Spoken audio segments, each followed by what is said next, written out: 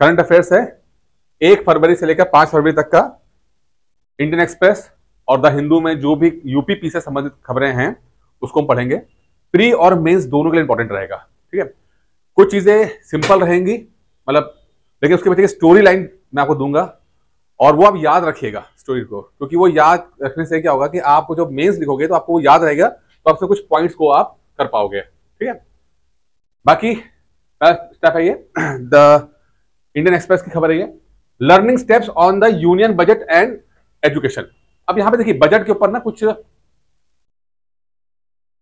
अभी बजट जो है 1 फरवरी को बजट आया हुआ है, ठीक है, 1 फरवरी को बजट आया हुआ है और उसमें कुछ पॉइंट, वैसे मैं बजट के अलग से वीडियो बनाऊंगा आपको, लेकिन यहां पर इसमें यह बोला गया कि जो इन्वेस्टमेंट इन एजुकेशन है, स्कूल एजुकेशन, उस पर ज्यादा फोकस करने की बात की गई है कि इसको और मजबूत किया जाए। हम लोग जो है ज्यादातर कोशिश कर रहे हैं कि जो टॉप लेवल की एजुकेशन है, ठीक है, जिसमें रिसर्च वगैरह जो होता है, वैसे ये भी बहुत कम है हम लोगों का, रिसर्च पे भी जो जितना भी हम लोगों को इन्वेस्टमेंट है वो काफी कम है एज कंपेयर टू यूएस और यूके, यूएस और चाइना, ठीक है। हर साल जो पीएचडी की थीसिस जो सबमिट होती हैं उसमें इंडिया के बहुत कम जो हैं वो रजिस्टर्ड हो पाती है। इनफैक्ट मैं कहूँगा कि पीएचडी के लिए जो स्कॉलर्स होते हैं, नंबर ऑफ स्कॉलर्स जो हैं एज कंपेयर टू चाइना बहुत कम है, ठीक है। अब यहां पर 2-3 पॉइंट समझने वाली बात है कि ऐसा क्यों है, ठीक है। क्योंकि अगर आपको सवाल पूछा गया कि रिसर्च में इंडिया कमजोर है, तो इसके पीछे 2-3 कारण आपको समझना पड़ेगा जो पॉइंट लिखेंगे। पहला पॉइंट देखिए लिखेगा कि जो पैसा रिसर्च स्कॉलर को दिया जा रहा है वो काफी कम है। जो यूएस और चाइना देता है, अगर कंपेयर करें इंडिया के, तो बहुत कम पैसा रिसर्च स्कॉलर्स को मिलता है। लेट्स सपोज जो पीएचडी कर रहा है, वो पीएचडी करने वाला बच्चा है, उसको मतलब 50,000 रुपए मिल रहे हैं महीने का, ठीक है। अब 50,000 रुपए आपको देखने लगता है बहुत ज्यादा है, बट उनसे बोला जाता है 50,000 रुपए में तुम जो है अपनी जो है ट्यूशन फीस भी पे करो, यानी कि कॉलेज की फीस भी पे करो। अब मान लो उसमें जो है वो 30,000 रुपए उसमें निकल गया उसका, ठीक है। फिर रिसर्च स्कॉलर के लिए अपने जो खर्चे होते हैं वो बहुत ज्यादा बढ़ जाते हैं। तो जो ये पैसा दिया जा रहा है ये काफी कम है, तो लोग अट्रैक्ट नहीं होते हैं। वो सोचते हैं कि यार इतना क्यों परेशान होना, इतना परेशान होने की जरूरत क्या है कि भाई रिसर्च का मतलब होता है कि 30, 35, 32 साल निकल जाएं, 35 साल निकल जाएं पीएचडी करने में, ठीक है। तो वो कहता है कि इतना क्यों करना। वहीं अगर आप दूसरी तरफ देखेंगे इंडिया, अच्छा इंडिया में क्या है, इंडिया एक सर्विस सेक्टर है ना। इंडिया में जो है वो सर्विस इंडस्ट्री है। अब सर्विस इंडस्ट्री का मतलब है आईटी सेक्टर, ये दूसरा पॉइंट है ये, ठीक है। अब आईटी सेक्टर का मतलब है कि एक स्टूडेंट जो है जो बीटेक कर रहा है, ठीक है, वो 21-22 साल की उम्र में किसी भी कंपनी के अंदर, लेट्स सपोज किसी अच्छी आईटी कंपनी के अंदर 30-35 हजार रुपए कमा लेता है। तो अब एक पीएचडी स्कॉलर बोलेगा कि यार मैं 30-32 साल लगाऊं और मुझे मिल के आ रहा है सरकारी तरफ से 50,000 रुपए, जिसमें से मुझे अपनी कॉलेज की फीस भी पे करनी है, मुझे जो रिसर्च करना है उसके खर्चे भी उठाने हैं, ठीक है। उम्र निकाल रही 32-35 साल की। बीटेक करने वाला बंदा क्या है, 21-22 साल की उम्र में बीटेक करने के बाद वो आईटी सेक्टर में आ जाता है। आईटी में आने के बाद 30,000 रुपए कमाना शुरू कर देता है। अब इसकी उम्र जब 32-33 साल की होगी तो ये मिड लेवल पे आ चुका होगा, 10 साल का एक्सपीरियंस हो चुका, मिड लेवल पे आ चुका, इसकी सैलरी लाखों रुपए में होगी। और रिसर्च स्कॉलर जो है वहां से शुरू करेगा 32-35 साल की उम्र में, तब उसकी पीएचडी हो चुकी होगी, तब वो स्टार्ट करेगा।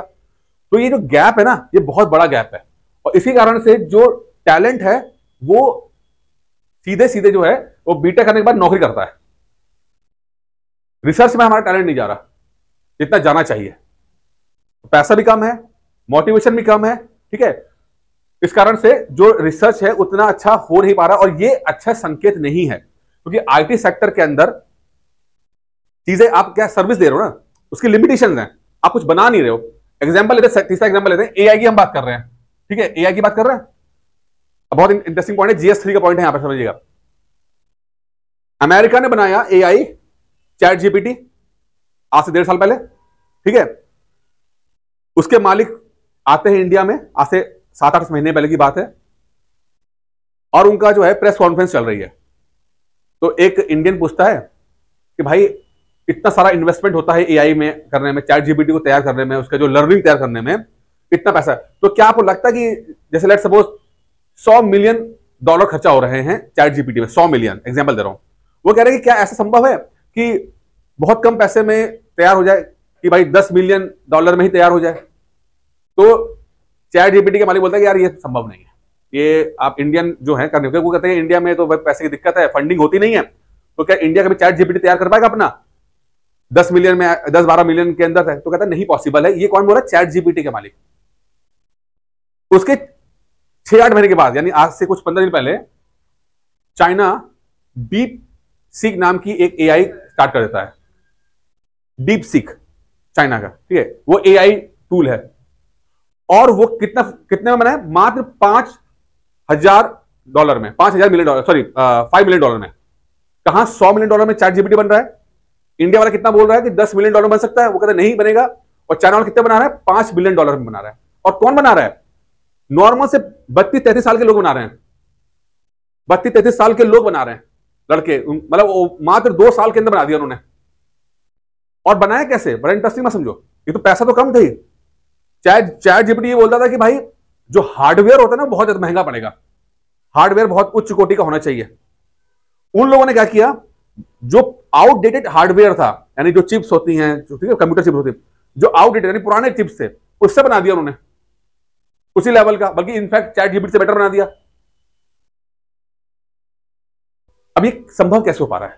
संभव तब हो पाता है जब आपके देश में रिसर्च स्कॉलर्स हों, रिसर्च करने वाले लोग हों, पीएचडी थीसिस करने वाले लोग, तो बनता है।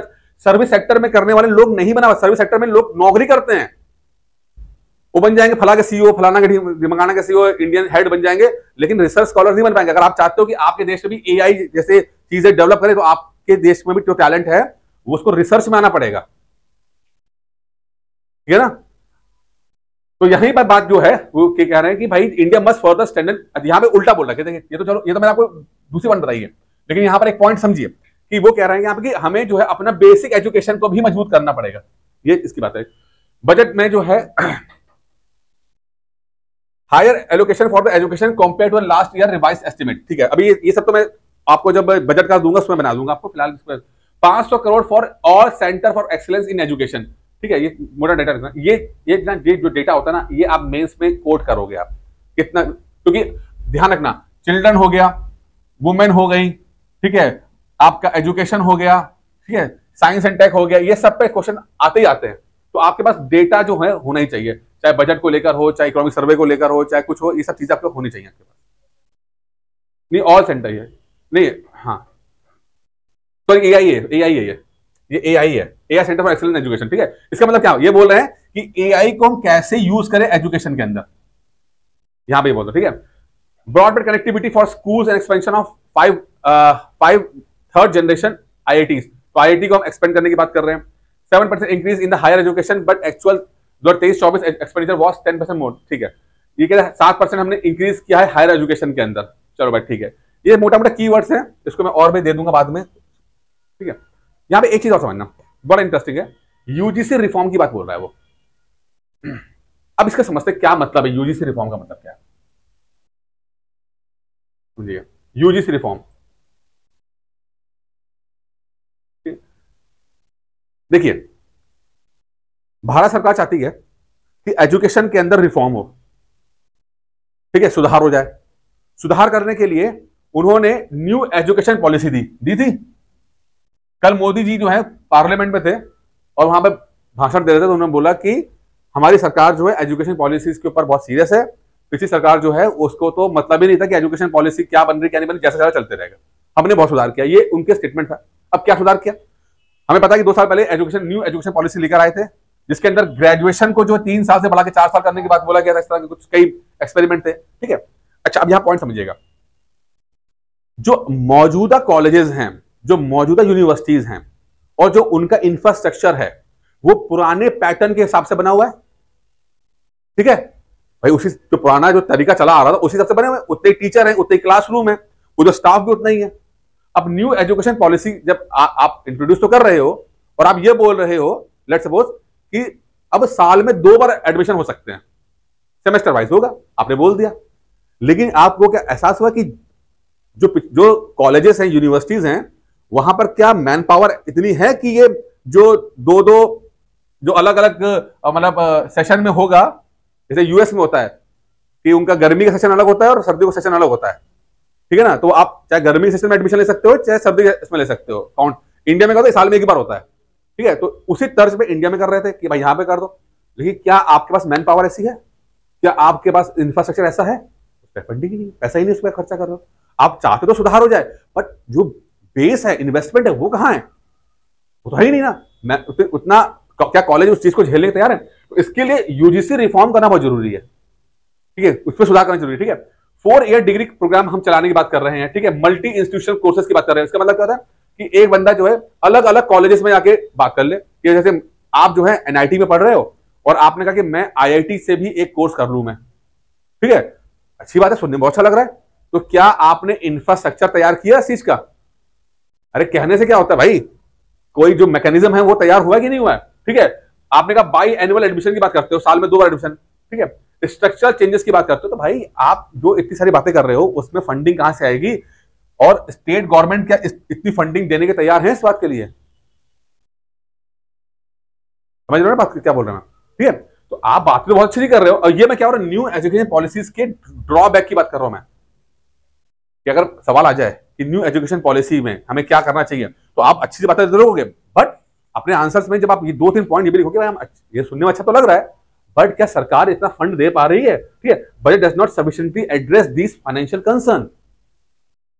बातें तो बहुत अच्छी कर रहे हो, बट एग्जीक्यूशन की जब बारी आएगी तो उतनी फंडिंग कहां है, वो चीज आप बताने को राजी नहीं हो, ठीक है। ये आप समझो कि मिक्स पॉइंट्स हो रहे हैं, आप बस हर पॉइंट को गहराई में समझने की कोशिश कीजिएगा। जब मेंस का आंसर लिखने की बारी आएगी तो आप उस मेंस का आंसर को, आपके पास वो पॉइंट्स रहने चाहिए, आप लिख सको, ठीक है। तो मेरा मकसद आपको होता है कि ज्यादा से ज्यादा पॉइंट्स आपको देने के लिए, कि आपको ज्यादा पॉइंट मिलते हैं। Challenges in the school education, एक ना आपके हमारे देश में एक असर एक नाम का एक सर्वे होता है, ठीक है, होता है, इसकी रिपोर्ट आती है हर साल, ASER, ठीक है। ये रिपोर्ट देता है, इसका मेन क्या है, ये एक एनजीओ है जो बच्चों के लर्निंग के ऊपर रिपोर्ट देता है ये एनजीओ, लेकिन इसकी रिपोर्ट बहुत ही ऑथेंटिक मानी आती है और सरकार इसको बहुत ही सीरियसली लेती है। ये मतलब इस तरह काम करती है कि लेट्स सपोज कि वो जाएंगे क्लास के अंदर और बोलेंगे क्लास 5 के बच्चे क्या क्लास 3 का मैथ्स लगा पा रहे हैं, क्या क्लास 5 के बच्चे क्लास 2 के इंग्लिश पढ़ पा रहे हैं, तो क्वालिटी कैसी है। तो ऐसे अलग अलग रिपोर्ट्स बनाते हैं, जैसे कि बच्चे कितने आ रहे हैं, कितने छोड़ के आ रहे हैं, ऐसी कई तरह की रिपोर्ट जो है असर जो है अपनी रिपोर्ट देता है, ठीक है। तो असर ने अपनी जो 2024 की रिपोर्ट दी थी उसमें उन्होंने बोला highlights the gap in the foundational literacy and numeracy, यानी कि यहां पर आप देख रहे हो कि जो एक होता है ये FLN, फाउंडेशनल लिटरेसी एंड, यानी कि बेसिक पढ़ना और बेसिक मैथ्स, गैप हो रहा है कि यहां पर बहुत बड़ा गैप आ रहा है, जिसके बारे में बता रहा था मैं कि भाई क्लास 5 का बच्चा जो है क्लास 2 की मैथ्स नहीं लगा पा रहा है, 5 में तो आ गया लेकिन क्लास 2 की मैथ्स नहीं लिखता रही, क्लास 1 की मैथ्स नहीं, इंग्लिश नहीं पढ़ पा रहा है, हिंदी नहीं पढ़ पा रहा है। और अगर देखा जाए, अगर रैंडमली भी आप अगर चेक कर लोगे स्कूल में जाके ना, तो आप देख पाओगे जो बच्चे हायर क्लासेस में पहुंच तो गए हैं, बट लोअर क्लासेस की वो चीजें कर नहीं पाएंगे ढंग से, बेसिक नहीं कर पाएंगे। फाउंडेशनल लिटरेसी एंड न्यूमेरेसी की बात कर रहे हैं यहाँ पे। एक पॉइंट और समझना, इस बात को लिखना, कोरोना जब आया और कोरोना के बाद जो आपका जो स्कूल कॉलेजेस बंद हो गए, स्कूल्स बंद हो गए और मोबाइल पे जब पढ़ाना शुरू किया स्कूल में, तो आप ये देखो कि एक गैप जो है आया बच्चों के अंडरस्टैंडिंग के अंदर, ठीक है। उनकी जो FLN है, फाउंडेशनल लिटरेसी एंड न्यूमेरेसी जो है वो कमजोर पड़ी है, ये असर ने अपनी रिपोर्ट में दिया था। जैसे स्कूल जाके पर्सन टू पर्सन टीचर के साथ कांटेक्ट में जो बच्चा पढ़ लेता है, वो क्वालिटी नहीं आ पाई, इरेस्पेक्टिव आपने कितने मोबाइल बांट दिए, आपने कितने भी इंटरनेट का साधन लेकर आपने कौन सी क्लासेस पढ़ा दी हो ऑनलाइन, क्योंकि प्रॉब्लम क्या है, ऑनलाइन एजुकेशन के लिए अभी स्टूडेंट बच्चा तैयार नहीं होता, छोटा बच्चा। अब बचपन से तो क्लासरूम में आके पढ़ाई कर रहा है, अचानक से आपने बिठा दिया उसके मोबाइल के सामने, ठीक है, तो क्या वो बच्चा तैयार है, क्या उसका ब्रेन तैयार है उस चीज को समझने के लिए? समझ ही नहीं पाता यार वो, अभी उसका हैबिचुअल नहीं है। हाँ, 2-4-5 साल के बाद हो सकता है हैबिचुअल हो जाता, पढ़ लेता, ठीक है। Learning losses from covid recovered but India not yet full FLN, ठीक है ना। निपुण भारत, निपुण मतलब क्या होता है, एक स्कीम है, टारगेट, कि बच्चों को निपुण कर देना उसमें चीजों के लिए, ठीक है, एजुकेशन के अंदर सब कुछ करना, तो वो उसको क्या है कि हमें टारगेट दिया कि फुल FLN बाई 26-27, तो अगले साल 2 साल के अंदर हम उस लेवल को प्राप्त कर लेंगे जहां पर बेसिक फाउंडेशन लिटरेसी हमारे पास होनी चाहिए। 16% increase in school education allocation, ठीक है भाई, दिया, ठीक है। Higher education budget fraction remain at, ठीक है, हायर एजुकेशन वही बात कर रहा है, ज्यादा पैसा दिया लेकिन पैसा उतना सफिशिएंटली है नहीं। अब प्रॉब्लम क्या होता है ना, देखो देश के साथ, जब देश गरीब होता है ना, ज्यादा पैसा होता नहीं है, तो अब उस देश को हर जगह पे इन्वेस्टमेंट चाहिए, कहां तक वो लगाएगा, ठीक है। इंप्लीमेंटेशन चैलेंजेस, अब इंप्लीमेंटेशन चैलेंजेस क्या है? Kendra Vidyalaya Sangathan receive significant funding but major implementation burden falls on state. जो पॉइंट, आपने केंद्र विद्यालय को तो पैसा दिया खूब सारा, पढ़ा ना केंद्र, ठीक है, उसको पैसा तो बहुत दिया, बट स्टेट पे भी जो एजुकेशन का जो भार आ रहा है, क्या वो स्टेट उस लेवल तैयार है उस करने के लिए? और आपको पता है कि एजुकेशन जो है वो किस में है? कॉन्करेंट लिस्ट के अंदर आता है, यानी स्टेट सेंटर दोनों से उसकी जिम्मेदारी बनती है, ठीक है। तो ये बड़ी समस्या हो रही है, इंप्लीमेंटेशन स्टेट को करना है। न्यू एजुकेशन पॉलिसी 2020-5-3-3-4 स्ट्रक्चर जो है, ठीक है, प्रायोरिटाइज अर्ली, अच्छा ये कह रहा है कि अर्ली एजुकेशन की बात कर रहा है, ठीक है, early education manage by under, अच्छा अब वो कह रहा है कि जो अर्ली एजुकेशन है यानी क्लास 3 तक की एजुकेशन है, बहुत इंपॉर्टेंट पॉइंट है। प्राइमरी एजुकेशन कौन इसको एग्जीक्यूट करता है? अंडरपेड, ओवरबर्डन आंगनवाड़ी वर्कर्स, यानी क्लास 1, 2, 3 में जब बेस बन रहा होता है, जब FLN जो आपका बन रहा होता है, उसको काम कर रहा है आंगनवाड़ी के वर्कर्स, जो कि ज्यादा पैसा उनको होता नहीं, तो क्वालिटी वाली आंगनवाड़ी होती नहीं है तो आंगनवाड़ी के वर्कर्स, बट क्या क्वालिटी वाले हैं? खाली वो, ठीक है, ओवरबर्डन है, ज्यादा काम दे दिया तो वो क्वालिटी नहीं दे पा रही है, ठीक है, लेकिन और भी ट्रेनिंग में भी खर्चा नहीं होता है, तो अब उन पे आप जिम्मेदारी रख दी कि आप FLN डिलीवरी करके दिखाओ। ये एक ऐसा सिस्टम आप चाहते तो हो कि आपका बच्चा जो है उसका बेस मजबूत हो, लेकिन जिस पे जिम्मेदारी दी गई है वो जो है वो लोग बहुत कमजोर हैं, ना उनकी ट्रेनिंग है, ना उनके पास पैसा है, उनके पास ना उनके पास फुर्सत है, और आप चाहते हो कि आपका जो FLN जो क्वालिटी है वो बढ़ जाए। कैसे बढ़ेगी भाई? तभी बच्चे जो करने को ग्रेजुएशन पहुंच जाते हैं और उनसे अगर एक एप्लीकेशन लिखने को बोलते हैं, एप्लीकेशन लिख नहीं पाते हैं। प्रॉब्लम है कि नहीं है? तो जो बेस जो है वो खराब होता है। Focus FLN delivery crucial to building skilled worker force and, ठीक है। क्या बोलना है? School education investment must be further standard, ठीक है। Government must act swiftly to meet FLN targets and ensure long term economic benefits, ठीक है। वही कह रहे हैं कि सरकार जो है पैसा खर्चा करे और ठीक से काम करे, ठीक है। यहां तक हो गया। ये कुछ पॉइंट्स है, ये GS3 के पॉइंट्स है, ध्यान रखना है। GS3 में एजुकेशन वगैरह जो आता है उसको आप लिखिएगा और जितने वो उसमें है कर लीजिएगा। अब देखिए ये आ गया GS2, क्या आ गया? GS2, ठीक है। मेंस क्या बोल रहा है अब समझते हैं इसको। इंडोनेशिया, इंडिया इंडोनेशिया, ठीक है। इंडोनेशिया के प्रधानमंत्री 26 जनवरी को एज अ चीफ गेस्ट आए थे, ठीक है। और ये अपने आप में बहुत ही कह लीजिए कि एक महत्वपूर्ण घटना घटी है, ठीक है। उसको समझते हैं कि इंडिया और इंडोनेशिया के टाइज जो हैं वो भविष्य में क्या रोल प्ले कर सकते हैं। और GS2 का टॉपिक आपका, और जैसे आपको पता ही है कि जो इंडोनेशिया है वो आसियान का मेंबर है, ठीक है। और हमारी जो एक्ट ईस्ट पॉलिसी है उसमें भी आता है, ठीक है। तो इसी को ध्यान रखते हुए ये इंडोनेशिया के संबंध जो है बहुत ही इंपॉर्टेंट है। इनफैक्ट जो इंडोनेशिया के प्रधानमंत्री ने बोला था कि मैंने अभी कुछ दिनों पहले DNA टेस्ट कराया था, उसमें जो है मेरा निकल के आया कि मेरा जो DNA है वो इंडिया से आया हुआ है, इंडिया का DNA है। और अब मैं समझ पाया हूं कि जब बॉलीवुड के गाने बजते हैं तो मैं क्यों डांस करने लगता हूं।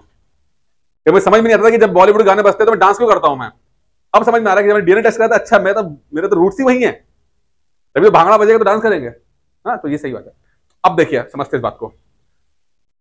इंडोनेशिया बहुत इंपॉर्टेंट देश रहा है, शुरुआत से ही अलग अलग समय पर इंडोनेशिया के प्रधानमंत्री भारत आते रहे हैं, 26 जनवरी के मेंबर बनते रहे, ठीक है, मतलब चीफ गेस्ट बनते रहे।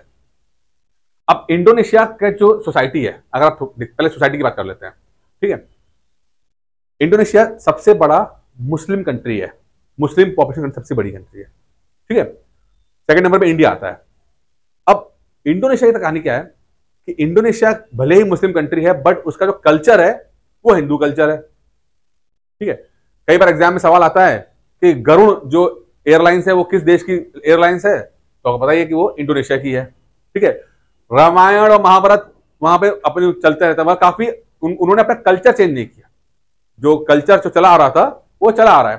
जो टाइज हैं वो बहुत स्ट्रांग है, कल्चरल टाइज बहुत है। भले ही उन्होंने धर्म को चेंज कर लिया, धर्म चेंज करने में वो अभी 400-500 साल पहले की बात है, जब उनके राजा ने चेंज किया तो लोग चेंज कर गए, लेकिन जितनी जल्दी वो चेंज किया तो कल्चर चेंज नहीं हो पाया, अभी वो रूट्स उनके वैसे चले आ रहे हैं।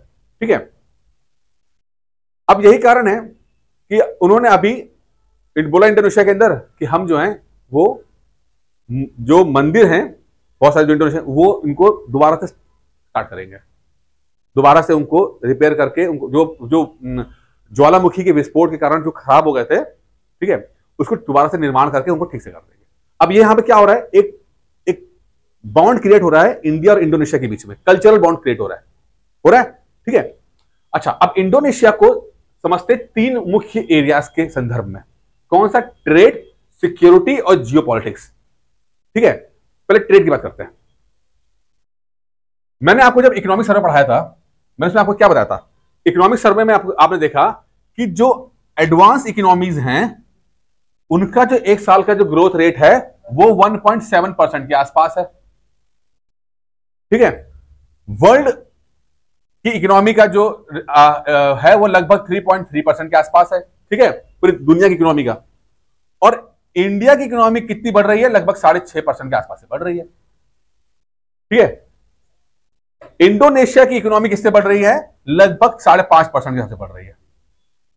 अब आप क्या देखते हो कि जब एडवांस इकोनॉमीज बहुत अच्छा परफॉर्म नहीं कर पा रही हैं तो इंडिया और इंडोनेशिया अगर कोलैब करते हैं, जो कि बहुत ही इमर्जिंग इकोनॉमीज हैं, जिनकी पॉपुलेशन बहुत ज्यादा है, ठीक है, और इकोनॉमी भी ग्रो कर रही है, तो इंडिया और इनका ट्रेड अच्छा होना चाहिए कि नहीं होना चाहिए? तो यहां पॉसिबिलिटीज बन रही कि नहीं बन रही हैं? पॉसिबिलिटी ज्यादा है, बट दुर्भाग्य से मात्र $30 बिलियन का ही ट्रेड इंडिया और इंडोनेशिया के बीच में हो पाता है। $30 बिलियन का, जो कि जितना पोटेंशियल है उससे काफी कम है, और ज्यादा होना चाहिए था। और यहां पे इंडिकेशन दिखा दे रहा है कि जब भाई आपके पास अमेरिका, यूएस, यूके, कनाडा, इनमें कुछ दम नहीं बचा है, इनकी इकोनॉमिक कोलैप्स कर रही है, तो आपको नई मार्केट चाहिए। तो इंडोनेशिया यहां पर बहुत ही इंपॉर्टेंट रोल प्ले करता है आपका। ठीक है, दूसरा क्या है? सिक्योरिटी की बात कर लेते हैं। सिक्योरिटी, ठीक है, और सिक्योरिटी और जो दोनों लेते हैं, साथ में लेते हैं। देखिए, ये है साउथ चाइना सी। ठीक है, साउथ चाइना सी का ही मसला है। ये है आपका इंडोनेशिया। ठीक है, यहां पर ये है मलक्का स्टेट, मलक्का स्टेट है, और लगभग यहां पर इंडिया होगा। ये इंडिया है और यहां पर इसका जो है अंडमान निकोबार है। ठीक है, अब देखिए कि ये जो इलाका है ये चाइना आपका हो गया। ये आपका इलाका जो है साउथ चाइना सी है ना, ये साउथ चाइना सी है। और यहां पर चाइना का विवाद जो है बाकी कंट्री से बहुत ज्यादा है। जैसे यहां पर इंडोनेशिया हो गया, मलेशिया हो गया, वियतनाम हो गया, ठीक है, आपका फिलीपींस हो गया, ठीक है, इनसे विवाद है साउथ चाइना सी को लेकर। ठीक है, विवाद क्या है? वो कहता है कि भाई, चाइना बोलता है कि देखिए, यहां पे देखिए, ये आप देख रहे हैं, चाइना ने एक अपना मैप बनाया और कहीं कहीं 10 डैश लाइन आता है, कहीं कहीं 9 डैश लाइन आता है। डैश का मतलब डैश डैश डैश। ठीक है, उन्होंने मैप के ऊपर डैश बनाया, 1 डैश, 2 डैश, 3 डैश, 4 डैश, 5, 6, 7, 8, 9, और बोला कि ये इलाका जो है, ये इलाके जो हैं, ये चाइना का है कंट्रोल, ये चाइना का कंट्रोल है, साउथ चाइना के अंदर ये चाइना का है। तो बाकी देश बोले अच्छा जी, वेरी गुड, तो हमें क्या यहां पर क्या खाली चूरन खाएंगे बैठ के? ये हमारे पास कुछ है ही नहीं। यहाँ पे इंडोनेशिया यहां बोल रहा है, ये वियतनाम यहां पर है, वो कह रहा है कि सब तुम ले लोगे तो हमें क्या मिलेगा भाई? क्योंकि जो इंटरनेशनल जो लॉज हैं किसी समुद्र के लिए वो अपने हिसाब से होते हैं। आपको पढ़ा है ना अपने ज्योग्राफी के अंदर कि मान लो कि अगर आपका कोई समुद्री इलाका है, ये आपका बॉर्डर है, तो इससे 200 किलोमीटर तक का जो है इलाका आपका कंट्रोल होता है, यही होता है ना। और 200 किलोमीटर से आगे जो होता है वो इंटरनेशनल बाउंड्री, इंटरनेशनल सी हो जाता है, बॉर्डर हो जाता है। तो सभी देश को उसकी बॉर्डर के हिसाब से 200 किलोमीटर तक का दिया हुआ है ना। अब चाइना ने क्या किया? चाइना ने कुछ आर्टिफिशियल यहां पर आइलैंड तैयार किए और उसका बोला कि यहां से गिन लो भाई, हम तो उतने वो 200 हैं, ये 200 200 200 200 है यहाँ पे, ठीक है। आर्टिफिशियल आइलैंड्स यहां क्रिएट कर दिए, ठीक है। दूसरा चाइना ने बोला कि ये जो हमारा पुराना साम्राज्य था, हमारा साम्राज्य, ठीक है, उसके हिसाब से तो ये लैंड होना चाहिए भाई। तो भाई पुराने साम्राज्य में तो वैसे तो इंडिया जो था वो तो आपका इजिप्ट तक पहुंचा हुआ था महाभारत काल में, तो इजिप्ट से लेकर इंडोनेशिया तक पूरा हमारा, उसको तो आर्यवर्त ही बोला जाता था। तो अगर हम क्लेम कर देंगे तो ऐसे तो बवाल हो जाएगा दुनिया के अंदर, ठीक है ना। तो भाई तो अब यहां पर ये विवाद हो रहा है। अब इसको लेकर ना यहां बड़ा समस्या है कि साउथ चाइना सी को लेकर है। अब साउथ चाइना सी में एक पॉइंट और लिख लो, इस स्पार्टली आइलैंड देख रहे हो आप, ये स्पार्टली आइलैंड्स कुछ यहाँ पर ऐसे आइलैंड्स हैं, ये ऐसे आइलैंड छोटे आइलैंड्स हैं, इसके ऊपर ये इंडोनेशिया और इनका ये जो अलग अलग कंट्रीज हैं ये बोलते हैं कि हमारे आइलैंड्स हैं, इनको बोलते हैं स्पार्टली। तो कभी भी अगर साउथ चाइना सी के ऊपर सवाल आए तो स्पार्टली आइलैंड्स का मेंशन करना कि यहाँ पर ये स्पार्टली आइलैंड्स छोटे छोटे आइलैंड्स हैं, ये इंडोनेशिया और फिलीपींस वगैरह जो कंट्रीज हैं ये बोलते हैं कि हमारे हैं, और चाइना बोलता है इनका हम क्लेम नहीं मानते, हम ये क्लेम नहीं मानते। हाँ, तो 2 पॉइंट आप लिखेंगे, एक 9 डैश लाइन या 10 डैश लाइन और स्पार्टली आइलैंड्स और साउथ चाइना सी, ये तीनों शब्द आप जोड़ लीजिएगा आराम से, ठीक है ना।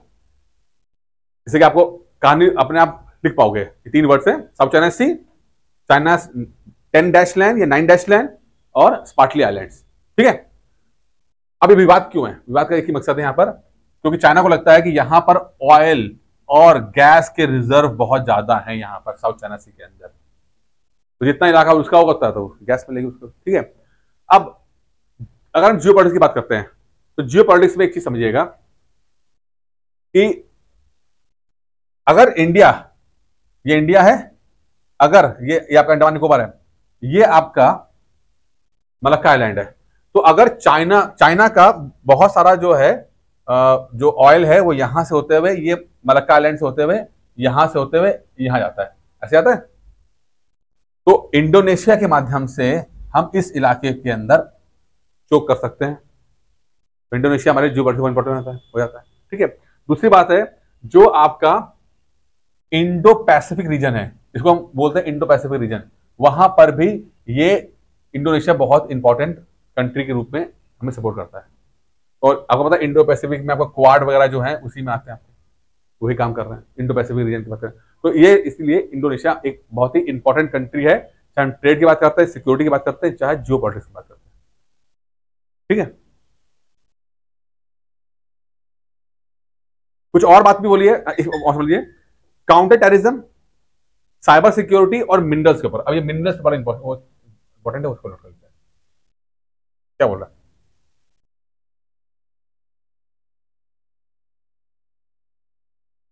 देखिए काउंटर टेररिज्म की बात कर रही है, हाँ करेंगे मिलकर काम। साइबर सिक्योरिटी बहुत अच्छी बात है, ठीक है। साइबर सिक्योरिटी की बात समझते पहले,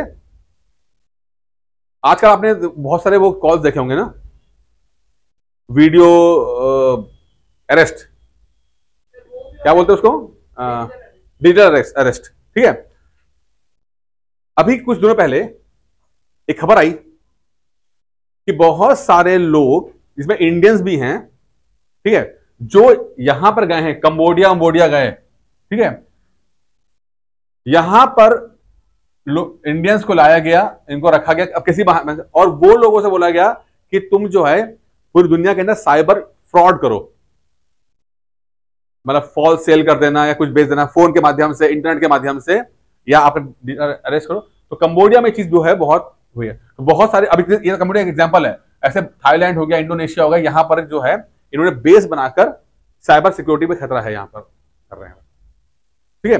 तो अगर ऐसी चीज निकल के आ रही है तो इंडिया और इंडोनेशिया मिलकर, अगर मान लो कि कोई कंपनी है वो इंडोनेशिया में सेटअप हो जाती है और वहां से इंडिया को टारगेट कर रही है, इंडिया को, ठीक है, और इस तरह का डिजिटल अरेस्ट कर रही है, तो फिर इंडिया क्या करेगा, इंडोनेशिया बोलेगा भैया तुम इस कंपनी को जो है ब्लॉक करो या इसको अरेस्ट करो। तो साइबर सिक्योरिटी के मामले में यहाँ पर अच्छा काम कर रहे हैं, ठीक है। फिर मिनरल्स क्या है भाई, हर देश के पास अपने रिसोर्सेज होते हैं। मिनरल्स जो हैं, इंडोनेशिया बोल रहा है कि हम अपने मिनरल्स बेचेंगे बाहर। अब अमेरिका को बेचना चाहता है, इंडिया को बेचना चाहता है, चाइना को बेचना चाहता है, ठीक है। अमेरिका की इकोनॉमी थोड़ी स्लो है, लेकिन यहां पर इंडिया और चाइना एक मिनरल्स के जो है वो कस्टमर के रूप में बहुत उभर के सामने आ रहे हैं, और इंडोनेशिया इसीलिए इंडिया को टारगेट कर रहा है। वो चाहता है कि ज्यादा से ज्यादा इंडिया जो है इंडोनेशिया का मिनरल्स ले, खरीदे। ठीक है, तो इस तरह से जो हमारा ट्रेड जो है काफी यहाँ पर, हाँ सब साइबर का मतलब है कंप्यूटर के माध्यम से, ऑनलाइन के माध्यम से किया गया फ्रॉड। क्या है?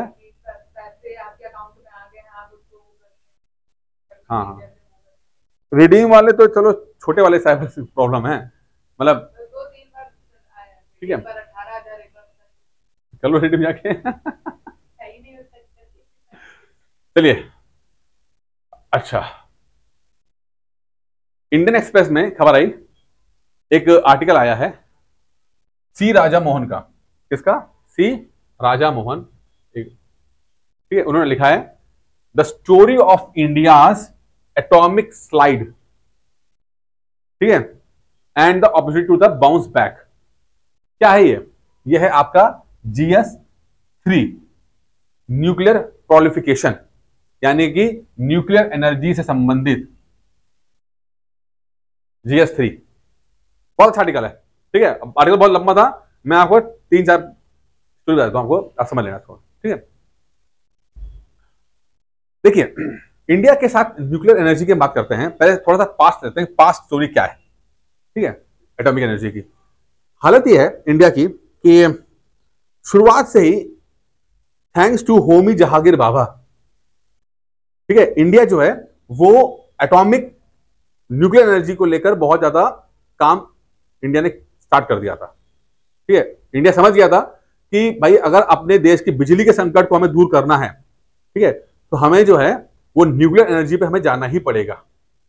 और होमी जहांगीर बाबा ने नेहरू जी को कन्विंस कर लिया कि आप इंडिया जो है जैसे आजाद हुआ वैसे ही जो है वो इंडिया इसमें इन्वेस्ट करे और इस पर सीरियसली इसको ले ले, कन्विंस कर लिया। ठीक है, इंडिया।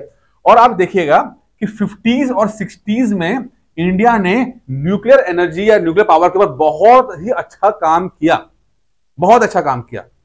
यहां तक कि न्यूक्लियर पावर प्लांट की हम बात करते हैं तो जापान में अभी तक बना नहीं था, चाइना में अभी तक बना नहीं था, और इंडिया ने बना दिया था यहां पे with thanks to western powers.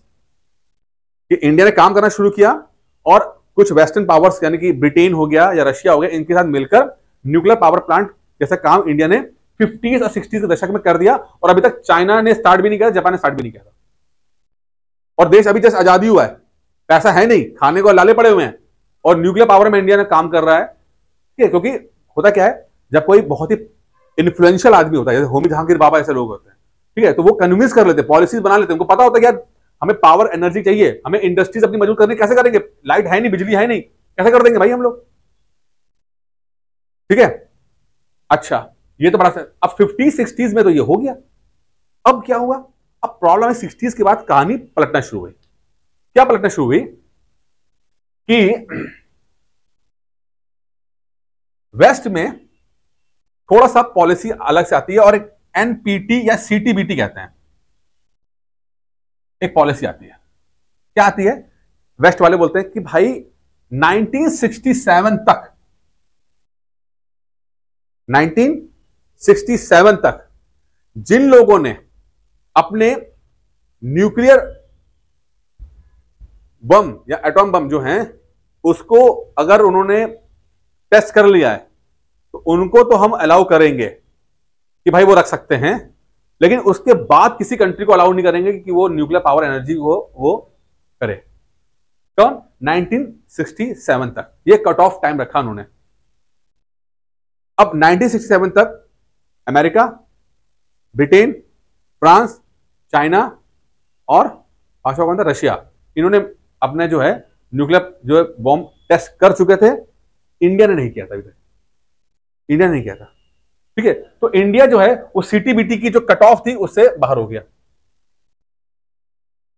अब बाहर होते ही प्रॉब्लम क्या आई कि इंडिया के ऊपर सैंक्शन लगना शुरू हो गए। सैंक्शन नहीं लगे, इनफैक्ट हम बोले कि क्योंकि इंडिया CTBT का कट ऑफ क्लियर नहीं कर पाया था, तो जो ट्रांसफर ऑफ टेक्नोलॉजी हो रही थी वो अब स्लो हो गई, क्योंकि इंडिया जो है वो कट ऑफ क्लियर नहीं कर पाया है। तो वेस्ट से जो हमें तक 50s और 60s में जो हमें हेल्प मिल रही थी वो मिलना बंद हो गई। ठीक है, अब हेल्प मिलना बंद हो गई तो इंडिया ने फिर अपने ही दम पे जो करना करते रहे। ठीक है, यहां पे एक कॉन्स्पिरेसी बोलते हैं, एक अलग स्टोरी है, थोड़ा सा अलग जा रहा हूं मैं, कुछ लोग बोलते हैं, क्लियर नहीं है, कि 50s के अंदर ही, 56 57 के अंदर ही अमेरिका ने ऑफर किया था इंडिया को कि आप अपना न्यूक्लियर बॉम्ब टेस्ट कर लो। 56 में बोला था, नेहरू जी को बोला था, लेकिन नेहरू ने इस बात को नहीं माना था कि नहीं यार हमें कोई जरूरत नहीं है। अब ये कंफर्म नहीं है, ऐसा बोला जाता है। अगर बोला भी आता है तो इसमें अगर सच भी है तो इसमें हो सकता है कि यार नेहरू को हमें दुनिया से क्या पंगा लेना है बताओ। ठीक है, हमें अभी भूखे मर रहे हैं और हम अभी एटम बम और फलाना ढिमकाना की बात कर रहे हैं, तो कोई लॉजिकल नहीं बनता। जो पॉइंट उनका सही जेन्युइन पॉइंट है कि बोले कि यार हम एटम बम तो रखे हुए हैं, तो पाकिस्तान की हालत क्या है, एटम बम तो है, आटा 500 रुपए को बिक रहा है, तो ऐसी कंट्री बनाना चाहते थे हम कि एटम बम तो लगा रखा है हमने छाती के ऊपर मेडल की तरह, लेकिन खाना नहीं है हमारे पास। तो नेहरू को यार हमें क्या करना है यार एटम बम से, हमें कौन सा लड़ना है, हमें किसी देश पर अटैक थोड़ी करना है। और अभी तक चाइना की लड़ाई नहीं हुई है, चाइना लड़ाई 62 में हुई है। ठीक है, चाइना लड़ाई नहीं हुई है। ठीक है, और पाकिस्तान से भी 48 लड़ने के बाद हम लोग थोड़ा सा एक कॉम्प्रोमाइज स्टेट में आ चुके थे। एग्जाम्पल देता हूं आपको, 1960 के अंदर आपका सिंधु जल समझौता होता है, तो पाकिस्तान से संबंध हमारे बेहतर होने लगे थे। ट्रांसफर ऑफ पॉपुलेशन जो हो रही है इंडिया की और पाकिस्तान के अंदर जो हो रही है, वो भी बेहतर से हो रही थी आराम से। तो नेहरू को लगा यार क्या करना पंगे लेकर, ठीक है ना, फालतू में हमारा दिमाग वहां चला जाएगा, पैसा वहां चला जाएगा, पैसा है ही नहीं, और जितना पैसा वो चला जाएगा, तो ये संभावना बन सकती है। ठीक है, अच्छा हुआ क्या, अब इंडिया के पास ट्रांसफर ऑफ टेक्नोलॉजी हो नहीं रही है, पैसा मिल नहीं रहा है। इसी बीच में चाइना के साथ युद्ध हो गया, 62 का वॉर हो गया, और यह पता लग गया कि चाइना जो है वो न्यूक्लियर बॉम्ब जो है उसने टेस्ट कर लिया 67 के अंदर। अब एनी हाउ इंडिया को जो है अपना अब एटम बम करना था। ठीक है, अच्छा इसी बीच में हुआ क्या था कि जब इंडिया 50-60 में जब काम चल रहा था, इसी बीच में ही हुआ ये, या इसके बाद कह रहे तो चलो ठीक है, चाइना के तो आ गया था, तो इंडिया ने क्या किया 1974 के अंदर अपना पहला पोखरण 1 किया। 1974 के अंदर पोखरण 1, जिसका नाम है स्माइलिंग बुद्धा। ठीक है, हाँ न्यूक्लियर बम, ठीक है, atom bomb nuclear bomb smiling Buddha नाम का 1974 में किया, क्योंकि इंडिया चाहता था कि जल्दी से जल्दी हम जो है न्यूक्लियर करें, चाइना का इन्फ्लुएंस बहुत बढ़ गया था। अच्छा अब देखो यहां पे क्या हुआ, अब 1974 में किया, यानी कि सीटीबीटी चल रही है इस समय, एनपीटी आ रही है, नॉन प्रोलिफरेशन ट्रीटी, एनपीटी मतलब नॉन प्रोलिफरेशन ट्रीटी। ठीक है, अब 74 में करने के बाद इंडिया बोलती है अरे भाई हमने जो किया ये शांति के लिए किया हमने, यानी कि हम इससे खाली सिविल यूज करेंगे, यानी कि सिविल यूज का मतलब है कि बिजली बनाएंगे खाली, और कुछ बम बम बनाने का मूड नहीं है। बट ये बात इंडिया कन्विंस नहीं कर पाया वेस्टर्न कंट्रीज को। ठीक है, कन्विंस नहीं कर पाया, ये तो वेस्टर्न कंट्रीज कन्विंस नहीं हुआ। दूसरा क्या हुआ कि चाइना और पाकिस्तान थोड़े से वो हो गए, मतलब थोड़े से एक्टिव हो गए, और इस एक्टिविटी में क्या हुआ कि चाइना ने पाकिस्तान को पूरा सपोर्ट किया कि उसका जो न्यूक्लियर पावर बम बन सके, और पाकिस्तान ने अपना बना लिया, क्योंकि चाइना किसी तरह इंडिया को इंडिया ने कर दिया था, और किसी तरह से पाकिस्तान और चाइना दोनों मिल गए, और पाकिस्तान का पूरा जो उसका जो प्रोजेक्ट है एटॉम बम वाला, वो चाइना से इन्फ्लुएंस हो गया, और चाइना ने उसको पूरा सिखा छू दिया। ठीक है, अब इंडिया के पास सैंक्शन लग गया, इंडिया के पास हो गई हालत खराब। ठीक है, टेक्नोलॉजी हो नहीं रही है, हालत ये हो गई कि भाई इंडिया का जो राइज था न्यूक्लियर पावर में, ठीक है, जो 50s में ऐसा जा रहा था, ठीक है, 70 से आते ही नीचे की तरफ आना शुरू हो गया, जो कि लाजमी सी बात है, कहीं से सैंक्शन लग ही नहीं रहा है, कुछ हो नहीं रहा है। ठीक है,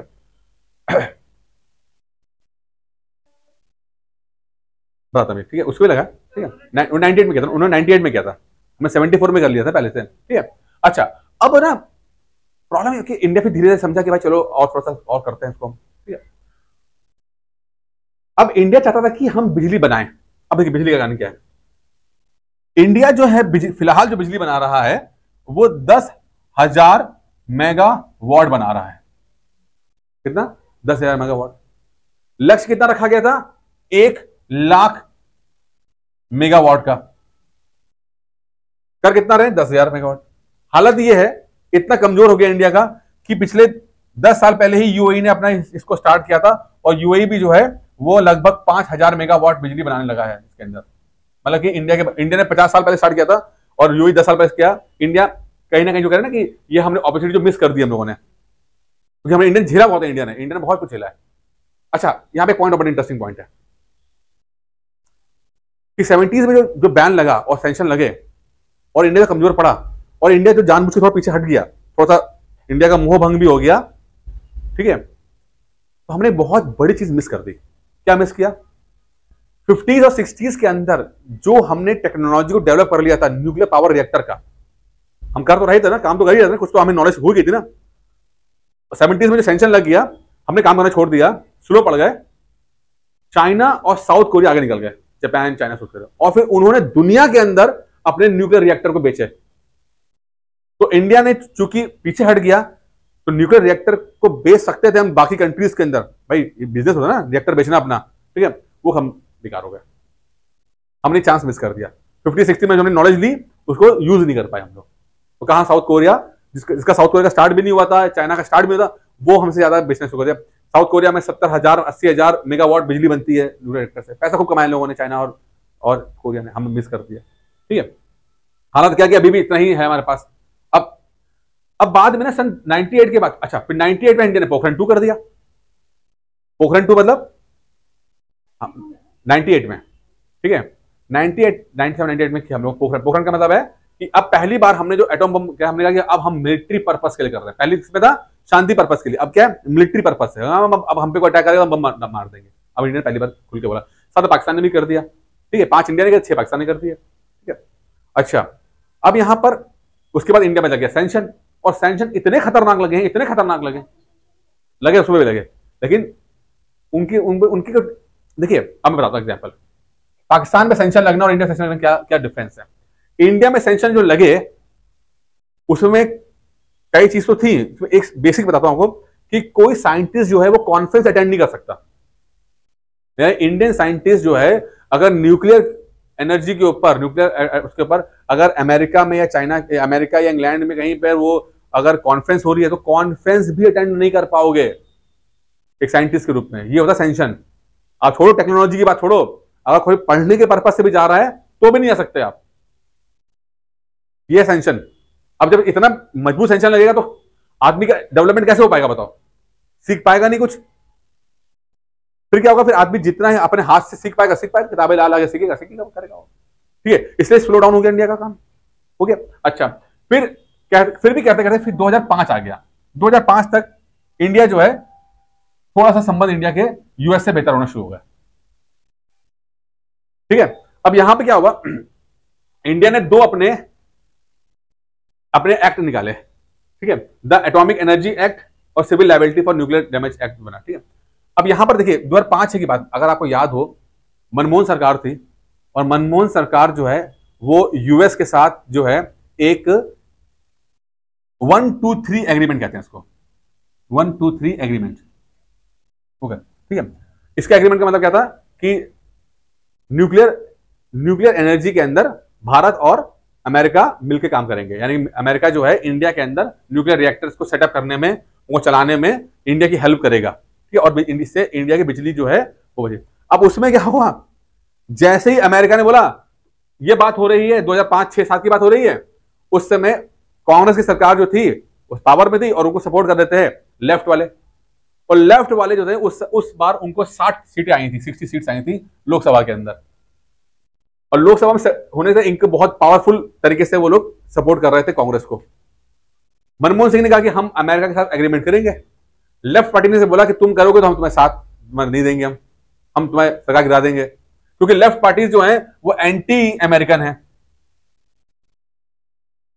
वो कौन सी है? प्रो रशियन है, प्रो चाइना है लेफ्ट, ठीक है। तूने तुम एग्रीमेंट करोगे तो मैं सरकार गिरा देंगे। तो मनमोहन सिंह ने कहा सरकार रहे या ना रहे हम कराएंगे चाहे कुछ हो जाए। और पहली बार मनमोहन सिंह ने अपनी जो ताकत दिखाई, स्ट्रेंथ दिखाई, लेफ्ट पार्टीज ने अपना सपोर्ट उसे खींच लिया, लेकिन मनमोहन सिंह और कांग्रेस ने किसी तरह से समथिंग मैनेज करके अपनी सरकार बचा ली और ये एग्रीमेंट कर दिया। एग्रीमेंट हो गया और ये सबसे बड़ी सक्सेस मानी जाती है। बट प्रॉब्लम क्या हुई? प्रॉब्लम हुई second, civil liabilities for nuclear damage act 2020 का। ये एक्ट जो 20 तो बाद में लिखा है, बाद में आया, लेकिन ये एक्ट 2000 समझ लो कि 20 तो बाद में आया, 2009 या 10 का, जो 10 का आया था, 2010 का। क्या है ये एक्ट? इस एक्ट ने सारा किया कराया पे पानी फेर दिया।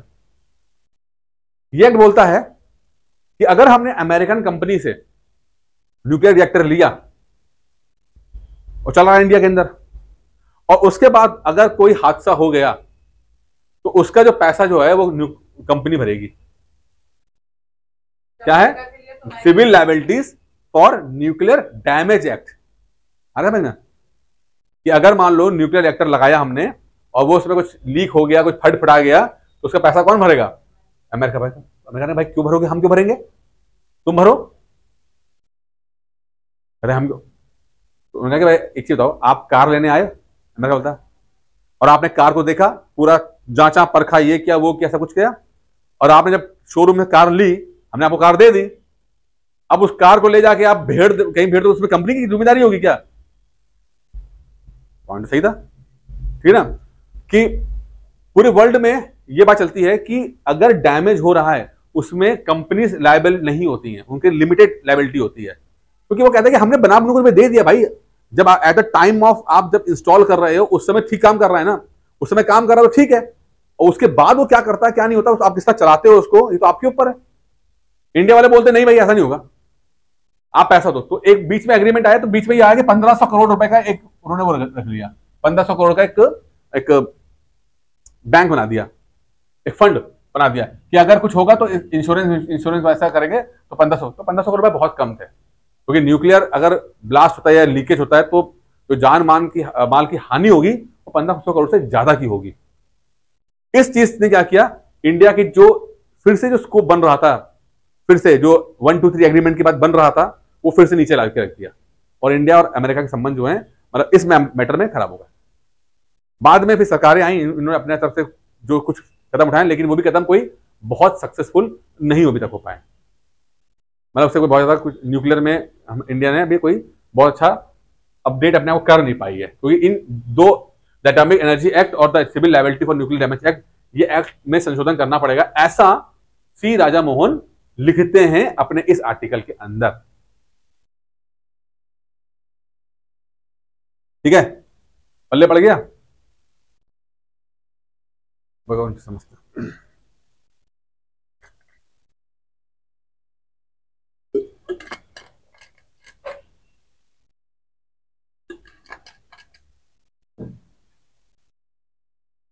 एक अच्छा आर्टिकल आया, क्या है भाई ये, द इंडियन एक्सप्रेस में आया है, इनका नाम है गोपालन, AK गोपालन, AKG बोलते हैं, क्या बोलते हैं, ए नाम सुना कभी आपने इनका, कहां सुना है? पॉलिटी के अंदर। AKG एक बहुत ही मशहूर केस है, 1950 का गोपालन केस है। आप जब भी लिखेंगे पॉलिटी में देखोगे तो आता है गोपालन केस, 1950 का आता है, ठीक है। और दो सवाल बनते हैं इससे, किस साल हुआ, ठीक है, और इससे संबंधित कौन सा केस है, तो वो आपका है ड्यू प्रोसेस ऑफ लॉ, ठीक है। अच्छा भाई, क्या है, थोड़ा कहानी समझते हैं, बड़ी मजेदार कहानी है, ठीक है। पॉलिटी की कहानी ये है कि दो कॉन्सेप्ट आप देख रहे हो, दो कॉन्सेप्ट यहां पर आपको दिखाई दे रहे हैं, ड्यू प्रोसेस ऑफ लॉ और ए प्रोसीजर एस्टेब्लिश्ड बाय लॉ। ये आपने पढ़े, आपने पॉलिटी में पढ़ा है ना, ठीक है, पल्ले पढ़ा इसका, क्या है ये, मतलब क्या इसका, ये दो कॉन्सेप्ट हैं तो, ठीक है, हमने पढ़े भी हैं, बट इनका मतलब क्या है, इनका ओरिजिन क्या हो रहा है समझते हैं।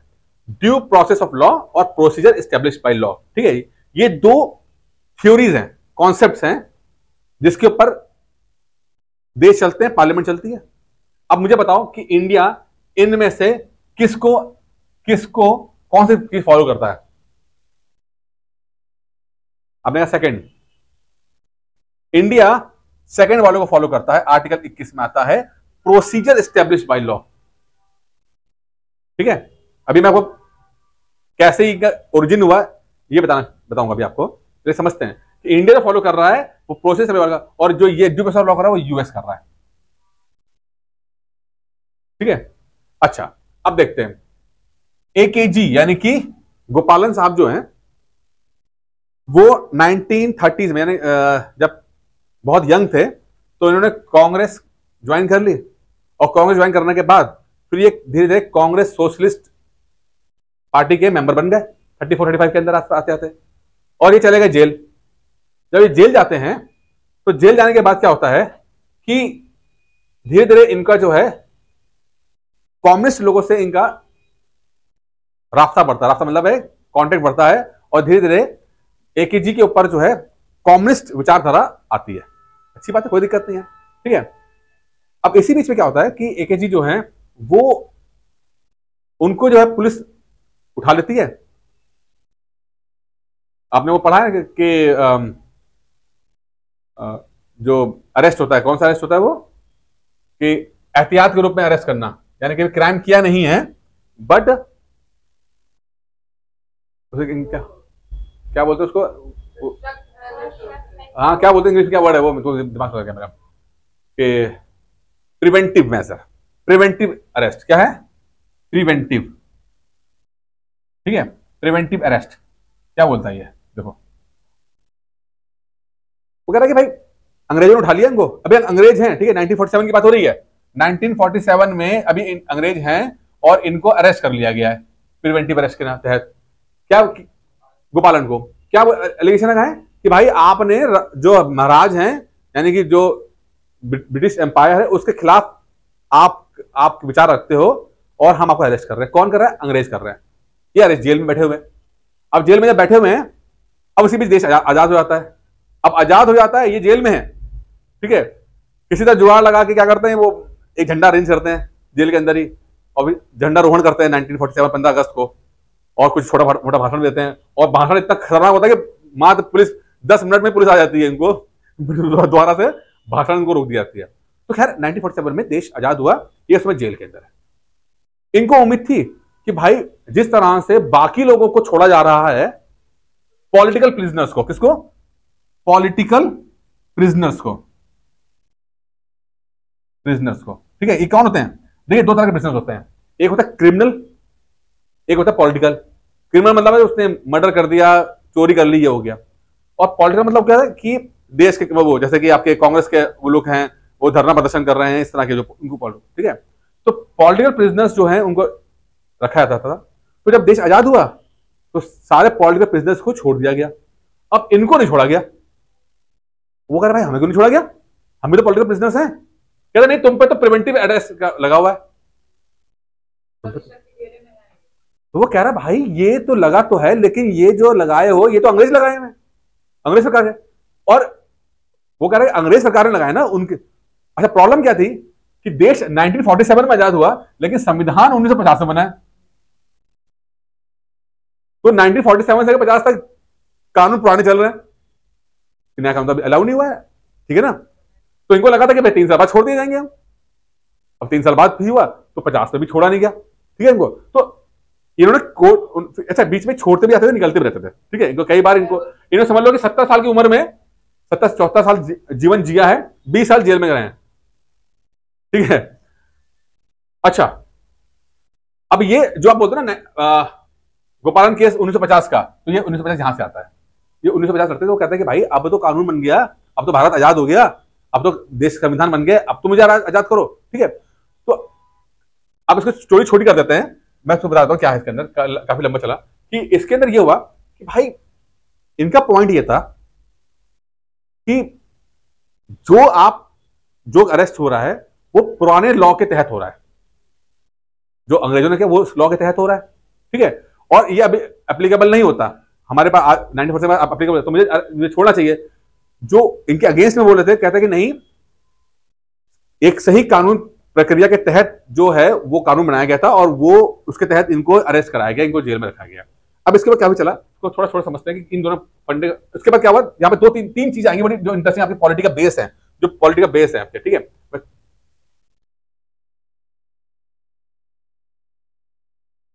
बड़ा इंटरेस्टिंग 3 पॉइंट हैं बहुत, फर्स्ट, सेकंड और थर्ड, बड़ा इंटरेस्टिंग है, समझिएगा।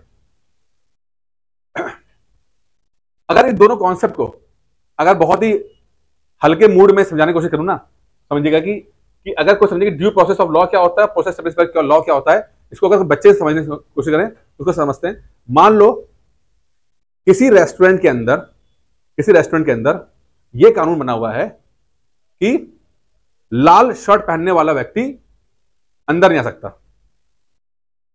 लेट्स सपोज मैनेजमेंट बोल रही है कि लाल शर्ट पहनने वाला व्यक्ति रेस्टोरेंट के अंदर नहीं आ सकता, तो ये चीज कहती है प्रोसीजर एस्टेब्लिश्ड बाय लॉ। बिल्कुल सही है भाई। तो कि भाई एक अथॉरिटी ने जो कि कॉम्पिटेंट है कानून बनाने की, यानी मैनेजमेंट ने, इसको हक है, और एक सही तरीके से उन्होंने जो भी सही लगा उन्होंने एक कानून बनाया और एक कानून बना दिया उन्होंने। अगर एक अथॉरिटी जो कि सही प्रोसीजर अपना रही है और वो कानून बना रही है तो उस कानून को सही माना जाएगा। ठीक है, इंडिया के एग्जांपल लेते हैं कि अगर पार्लियामेंट सही तरीके से सही प्रोसीजर फॉलो कर रही है और एक कानून बना रही है वो सही माना जाएगा।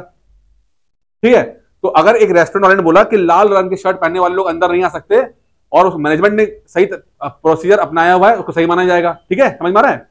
लेकिन क्या सही है? क्या सही नहीं है, क्योंकि आपको लगता है कि यार इसमें तो फंडामेंटल राइट्स का हनन हो रहा है। यहां पर यह आता है जब आप इस बात को बोलते हो कि ड्यू प्रोसेस ऑफ लॉ, आपको लगता है कि कानून तो बनाया बट ये कानून जो है मेरे फंडामेंटल राइट्स का हनन हो रहा है, तो ये गड़बड़ है।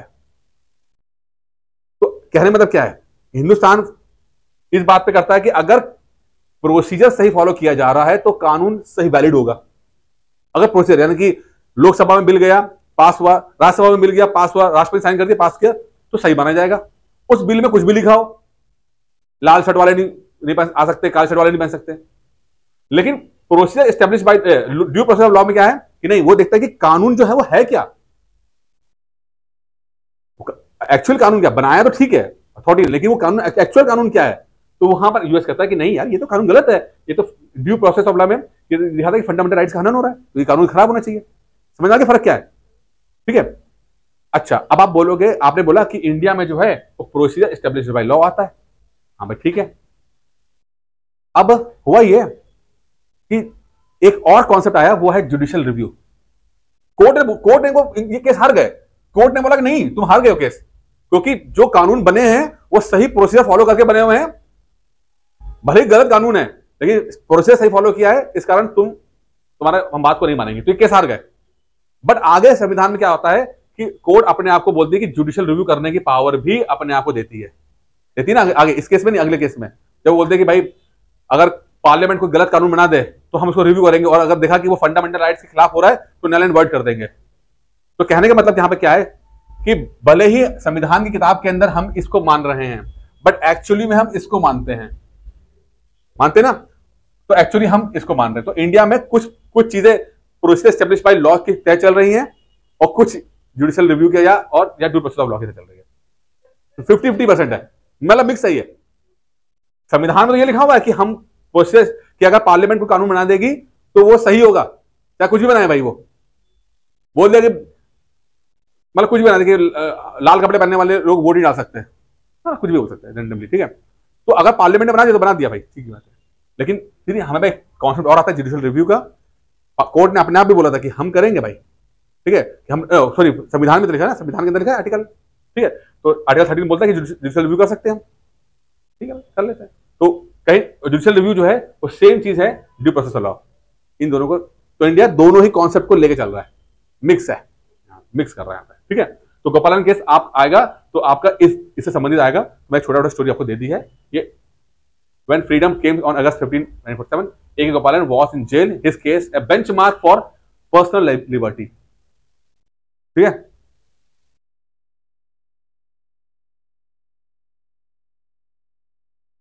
Cess and surcharge continue to shrink state tax. अब देख समझ लेते हैं क्या है चीज है। छोटा सा है, ज्यादा नहीं है। देखिए पहले समझते हैं, मैंने आपको बताया टैक्स क्या, टैक्स और सेस में क्या फर्क होता है। टैक्स और सेस में क्या फर्क होता है। टैक्स जो होता है वो अनडिफाइंड होता है कि भाई पैसा जो इकट्ठा होगा, टैक्स से जो पैसा इकट्ठा होगा वो शुरू बताया नहीं आता है, वो तो पहले पैसे आ जाएगा, उसके बाद हम देखेंगे जब खर्चा करना करेंगे बैठ के। तो टैक्स में पैसा जब आ जाता है उसके बाद सोचते हैं कि हमें पुल बनाना है कि सड़क बनानी है कि पेंशन योजना में दे देना है। लेकिन सेस के अंदर प्री डिफाइंड होता है ये कि करेंगे क्या, इस पैसे का हम करेंगे क्या। ठीक है, जैसे मान लो आया कि सर्विस के ऊपर 1% टैक्स जो लगेगा वो वुमेन एजुकेशन के ऊपर जाएगा, तो वुमेन एजुकेशन पे ही वो पैसा खर्चा होगा, कहीं और पैसा खर्चा नहीं हो सकता। ये फर्क है टैक्स और सेस और सरचार्ज के ऊपर। ठीक है, समझ में आ गया। अच्छा ये पॉइंट तो ये तो बेसिक अंडरस्टैंडिंग हो गई। अब इसकी दूसरी अंडरस्टैंडिंग समझते हैं कि जो टैक्स होता है वो डिस्ट्रीब्यूट होता है सेंटर और स्टेट के बीच में। मैं बता ना, कि भाई चाहे वो जीएसटी हो तो जीएसटी के माध्यम से जीएसटी काउंसिल जो बोल देगी वो डिस्ट्रीब्यूट कर देंगे, नहीं तो आपका जो फाइनेंस कमीशन देगा उसके करते टैक्स तो हो जाएगा, स्टेट और सेंटर में जाएगा। लेकिन सेस और सरचार्ज जो है ना वो सिर्फ सेंटर को मिलता है, वो डिस्ट्रीब्यूट होता है। सेस और सरचार्ज जो है वो सिर्फ और सिर्फ सेंटर को मिलेगा, किसी को नहीं मिलेगा। ठीक है। अच्छा देखो यहां लिखा है impact on divisible pool, the share of cess and surcharges which are not a part of divisible pool, यानी कि ये आपस में डिवाइड नहीं होगा, सेंटर के पास जाएगा।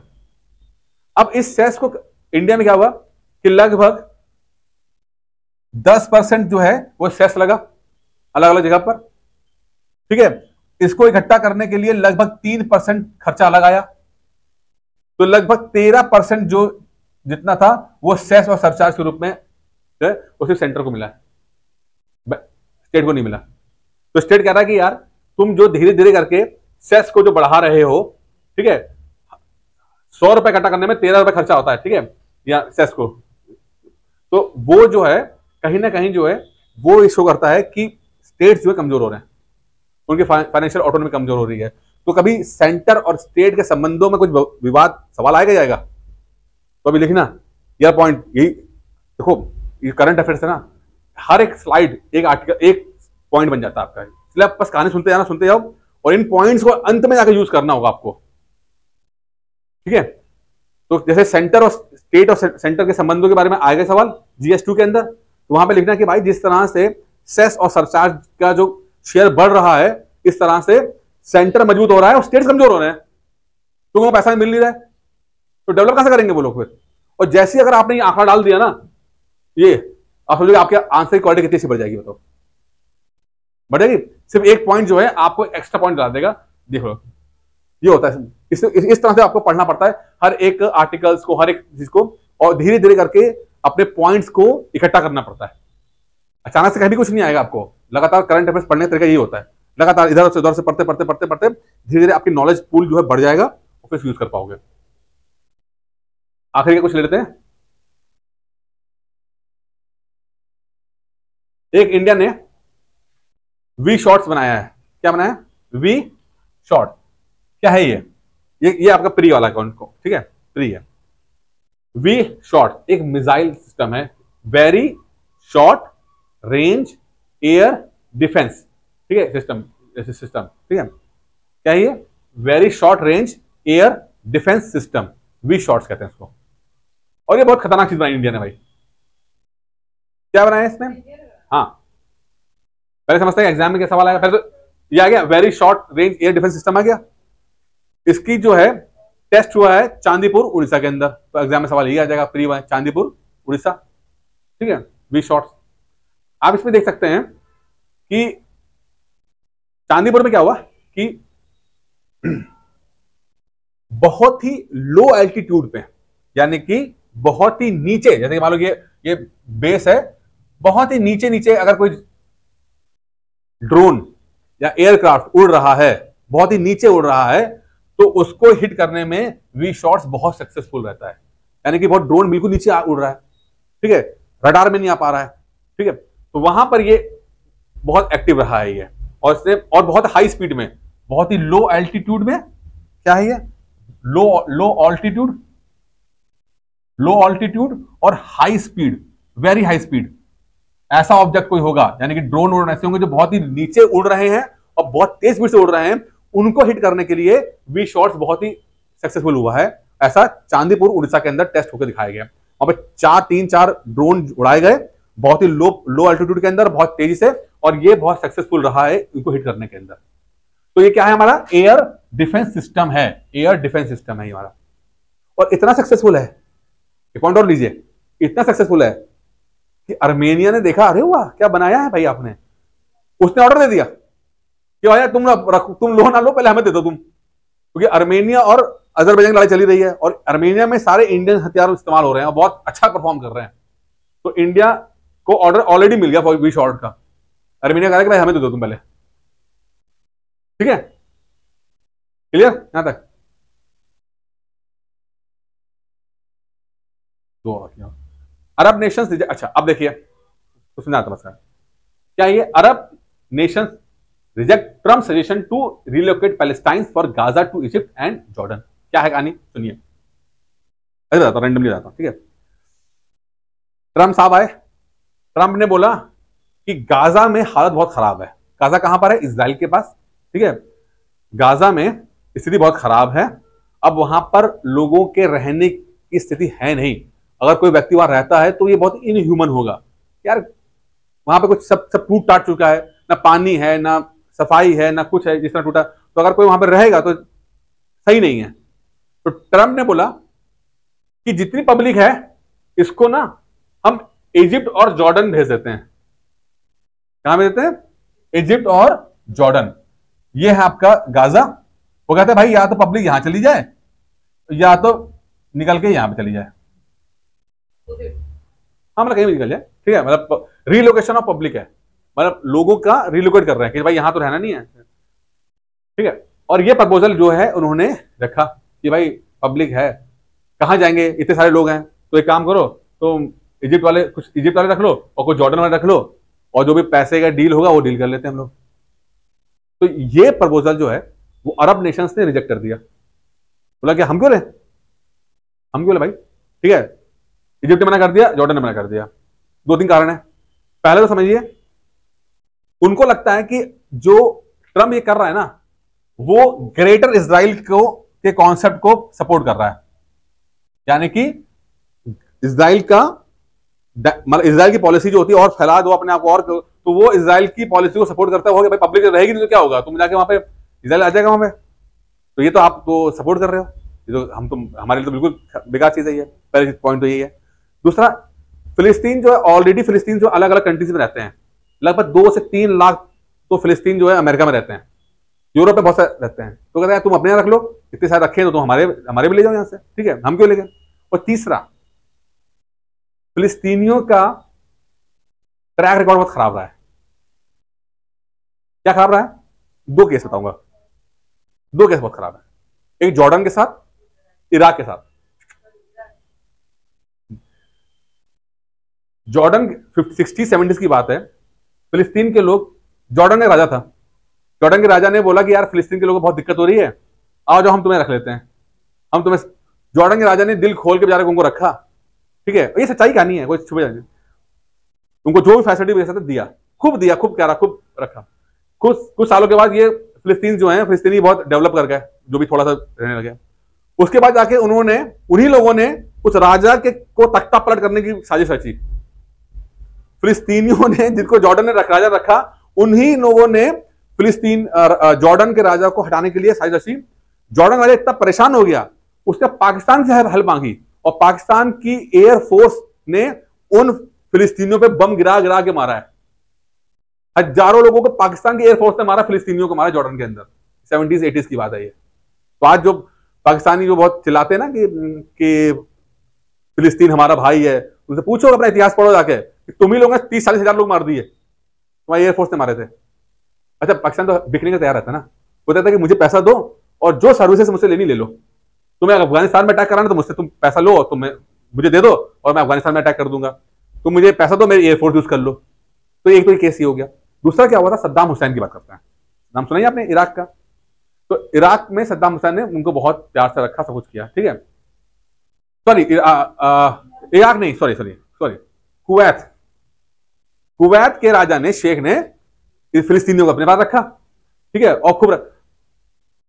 तो जब इराक ने कुवैत पे अटैक किया था 90s में, किया था, कुवैत गल्फ वॉर कहते हैं ना, गल्फ वॉर, तो कुवैत के अंदर यही फिलिस्तीनियों ने सद्दाम हुसैन को रास्ता बता दिया, भाई तुम आ जाना, यहां से दाएं मुड़ना, यहां से बाएं मुड़ना, यहां सीधा आना।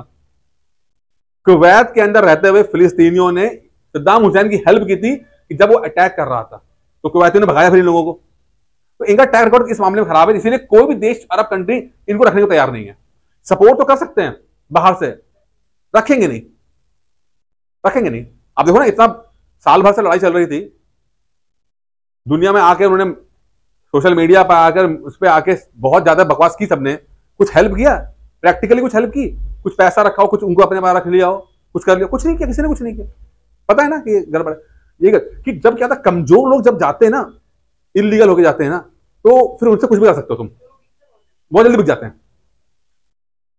तो कमजोर हो जाएगा कहीं देश में तो फिर इसीलिए इलीगल इमिग्रेंट्स को लेकर कोई देश पसंद नहीं करता है। और जो अमेरिका से भी वापस आए इंडियंस तो ठीक भी है ना भाई, अगर किसी देश में जाना है तो आपको लीगल रास्ते से जाओ ना। जैसा इंडिया पसंद नहीं करता कि बांग्लादेशी आ जाए या कोई और आ जाए, उसका अमेरिका भी पसंद नहीं करेगा ना कि वो इलीगल, क्योंकि भाई भैया कोई भी आकर कुछ गड़बड़ कर सकता है। भाई ठीक है 99 लोग सही हैं, 1% तो गलत हो सकता है ना, तो अगर 1% तो गलत करेगा फिर तो सबको करना पड़ेगा। ठीक है, तो यहाँ पे आ गया, ये आपका GS2 है, ये ध्यान रखना, ये पॉइंट लिख लीजिएगा, लोकेशन ऑफ ये सब लेटेस्ट चीजें हैं ये। ठीक है, GS2 international affairs, waste Asia के ऊपर लिखने में जब आएगा पॉइंट लिखोगे। अब ये प्री है, प्री भी है और आपका GS1 भी है, आर्ट एंड लिटरेचर जो आता है आपका आर्ट, उसका एक पॉइंट है। तो प्री, और ये प्री में भी आएगा प्लस GS1 के आर्ट एंड लिटरेचर में भी आएगा। क्या आएगा, भारत सरकार ने ना एक ज्ञान भारतम मिशन जो है उसका पैसा बढ़ा दिया भाई। ये मिशन है क्या, ज्ञान भारतम मिशन क्या है, जो भी मैन्युस्क्रिप्ट्स हैं हमारे देश की है ना, पांडुलिपीस कहते हैं इनको। ठीक है, तो इनको क्या कर रहा है, इनको कंजर्वेशन किया जा रहा है, इनको कंजर्व किया, इनको प्रोटेक्ट किया जा रहा है। अब बड़ा इंटरेस्टिंग पॉइंट है, ध्यान रखिएगा, बजट के अंदर जो है वो स्पेशल मेंशन किया गया कि survey, documentation and conservation of India's manuscript heritage, यानी जितनी भी ये इस तरह की जो पांडुलिपि होंगी उनको कंजर्व करना, सही रखना, और इनको जो है ऑनलाइन कर देना, ऑनलाइन भी करना है इनको, डिजिटल फॉर्मेट कर देना। ठीक है, तो इसके लिए ज्ञान भारतम मिशन जो है लॉन्च किया गया। इसके अंदर पहले तो सही रखना है कि भाई वो खराब ना हो जाए, ठीक है, उसके बाद उसको डिजिटलाइज कर देना उसको। अब ये क्यों जरूरी है, समझते हैं बात को। पहली बात समझो कि भाई ये हमारी धरोहर हैं, ये खत्म हो गई तो उसके बाद दोबारा मिलनी नहीं है। फिर ये जो बातें लिखी हैं, जो बातें जो है वो हमारी जो नॉलेज है, ट्रेडिशनल नॉलेज, वो हमारी नॉलेज है। ठीक है, अब अगर उसको आज के संदर्भ में देखें, मैं बहुत अच्छा एग्जांपल बताऊं आपको मैं, हल्दी वाला है। अब हमारे देश में पता है कि भाई हल्दी जो है वो आपका बीमारियों में इलाज करती है भाई, फायदा करती है, चोट लग जाए तो उसको भर देती है, दर्द हो तो उसको कर देती है। ठीक है, ये नॉलेज हमारी नॉलेज है। विदेशी कंपनीज आई, उन्होंने देखा अच्छा हल्दी ये हो रही है, उन्होंने जाके हल्दी को इस्तेमाल किया अपनी दवाई के अंदर और हल्दी को ट्रेडमार्क अपने कर ले, हमारी ट्रेडमार्क है। अब इसका मतलब क्या होता है कि आप अपनी हेल्दी, यानी इंडियन कंपनी जो है कोई हल्दी यूज नहीं कर पाएगी अपने प्रोडक्ट के अंदर। अगर ट्रेडमार्क उनका लग गया तो फिर हल्दी वो यूज करेंगे और आप इंडियन कंपनी जो है वो यूज, मतलब नॉलेज हमारी और हम यूज ना कर पाए, नॉलेज हमारी है। ठीक है, किसी कंपनी ने देखा, आया, सीखा साखा, यहां पर गए, वहां पर उन्होंने अपने रजिस्टर कर लिया अपने यूएस के अंदर, बोला कि हमारी रिसर्च है, हमारी रिसर्च है। अरे क्या रिसर्च है तुम्हारी यार, यहां देख के आए हो सब कुछ यहाँ पे, और फर्जी केमिकल नाम दे दिया उनका तुमने, केमिकल नाम दे दिया। ठीक है, और बोले हमारी रिसर्च है, हमारी ऑथेंटिसिटी है, इसमें हमारी ट्रेडिशन है। तो अब इंडियंस कर नहीं पा रहे हैं, या करेंगे तो पैसे देना पड़ेगा आपको, तो आपके प्रोडक्ट महंगे हो जाएंगे। मतलब नॉलेज आपकी, ऐश वो मार रहे हैं भाई। वैसे भी देखो इंडियन नॉलेज जो जितना है वो तो खूब बांटा गया है, खूब लोगों ने जो है इस्तेमाल किया इस चीज करेगा। अभी हम ही लोग जो है ना वो अब समझते नहीं है इस बात को। हमने इस बात को भले ही कदर ना की हो, ठीक है, हम लोग मजाक में उड़ा देते हैं, लेकिन विदेशियों ने मजाक में नहीं उड़ाया चीजों को, उन्होंने नॉलेज को, उन्होंने, हम लोग क्या होता है, अरे हमारे शास्त्रों में लिखा ही क्या है, फर्जी की बात है, ये तो बोलते ना हम लोग। तो ये हमारे दिमाग में डाला गया है कि आप अपने पांडुलिपि को ना पढ़ पाओ, ना समझो, ना इसके लिए वो रहो, ना प्रोटेक्टिव रहो। चलिए, ज्ञान भारतम मिशन ये है। अच्छा एक और बच्चा, ये चलो और पढ़ लो, बड़ा इंटरेस्टिंग साइंस का है ये। क्या है साइंस में भैया, ये आखिरी है ये। ठीक है, चलिए, बहुत इंटरेस्टिंग है। एक छोटी रिसर्च आई है, किसने की है, WHO ने दी है, रिकमेंडेशन दिया है WHO का। क्या रिकमेंडेशन है, वो कहता है खाने के अंदर सोडियम को कम कर दो, सोडियम सॉल्ट को कम करो यूज। हमें पता ना कि हमारे पास NaCl होता है ना, सोडियम क्लोराइड होता है, तो कह रहा है कि सोडियम से BP बढ़ जाता है बहुत ज्यादा और बीमारी लग जाती है। तो खाने के अंदर सोडियम क्लोराइड वाला जो नमक है उसको खत्म करो और अपने उसमें पोटेशियम क्लोराइड को इस्तेमाल करो। पोटेशियम को बढ़ाओ, ठीक है ना। WHO recently released a set of guidelines recommending the use of lower sodium salt, ठीक है, और पोटेशियम क्लोराइड को बढ़ाने की बात कर रहा है वो। लेकिन यहां पे पॉइंट है, उसने बोला है जिसको किडनी की दिक्कत है या पोटेशियम की दिक्कत है तो वो दूर रहे। तो खाने के अंदर आप जो है अपने पोटेशियम क्लोराइड को बढ़ा सकते हैं, सोडियम को आप, क्योंकि सोडियम बीपी में बहुत ज्यादा प्रॉब्लम कर रहा है। अब एक पॉइंट और ले लो इसका, कि नमक के बारे में इतनी बातें मैं क्यों कर रहा हूं, समझिए इस बात को कि नमक जो है ना वो बहुत सक्सेसफुल रहा है भारत के अंदर हेल्थ के मैटर में। इंडिया को बहुत अच्छा रिजल्ट दिया इसने। 50s के अंदर इंडिया के अंदर आयोडीन कमी हुआ करती थी। आयोडीन कमी, खाने की कमी से क्या होता है, ग्वाइटर, ठीक है, ये होता है, ये गले ऐसा बढ़ जाता है, सूज जाता है ना, बढ़ जाता है ग्वाइटर, ठीक है। तो अब जिसके अंदर इसमें बोला गया कि आयोडीन कमी जो है के कारण होता है। तो अब या तो हमारे पास दो रास्ते होते हैं, या तो हम क्या करें कि सबकी पूरी दुनिया में, इंडिया में जा जाके हर घर के अंदर आयोडीन को जो है पहुंचाया जाए, टीका लगाया जाए, ठीक है। तो दूसरा रास्ता अपनाया गया कि नमक के अंदर ही अगर आयोडीन डाल दिया जाए तो सभी लोग नमक यूज करते हैं, खाएंगे। तो जो आप नमक यूज करते हो उसके अंदर आयोडीन डाला गया था और इससे ग्वाइटर की बीमारी इस देश से बाहर हो गई, मतलब खत्म हो गई। ये बहुत ही सक्सेसफुल मिशन रहा है भारत का 50s के दशक में। तो दोबारा से अगर कह लो फिर सॉल्ट को लाया जा रहा है कि जो बीपी की बीमारी को खत्म करने के लिए फिर सॉल्ट की जरूरत पड़ रही है। तो हम कहेंगे भाई हम सोडियम क्लोराइड ना यूज करके हम पोटेशियम क्लोराइड यूज करेंगे इसके अंदर। और एक पॉइंट और लिख लो कि यहां पर जो है कितना नमक चाहिए, कितना नमक अलाउ किया है, मात्र 2 ग्राम पर डे, उससे भी कम खाएं। 2 ग्राम पर डे से भी कम आप नमक लीजिए, वही आपके ब्लड प्रेशर को रिड्यूस कर देगा और बाकी जो हार्ट संबंधित बीमारियां वो करेगा। 2 ग्राम पर डे, ये उनका रिकमेंडेशन है WHO का। अब आप प्रॉब्लम क्या भाई, आप खाते हो प्रोसेस्ड फूड खाते हो, GS3 आ गया है, ठीक है। प्रोसेस फूड में क्या होता है, आपने खाए चिप्स, आपने खाई मैगी, आपने खाए। अब वहां पर क्या कहानी है कि वहां पर आप देखोगे उनके रैपर्स के ऊपर ये तो लिखा होता है कि इसके अंदर सॉल्ट मिला है, बट कितना मिला है ये नहीं लिखा होता। आप अमेरिकन चिप्स खा लो, आपको नमक ही नमक खाओगे तो आप देखोगे 2%, तो आप बहुत ही 2 चिप्स खाने में ही आप उसका टारगेट पूरा कर दोगे। जो अमेरिकन चिप्स होते हैं सॉल्टी वाले, ठीक है। तो प्रोसेस फूड की दिक्कत क्या है कि ये हाई क्वालिटी ऑफ नमक रखते हैं, हाई क्वांटिटी ऑफ नमक रखते हैं, शुगर और सॉल्ट।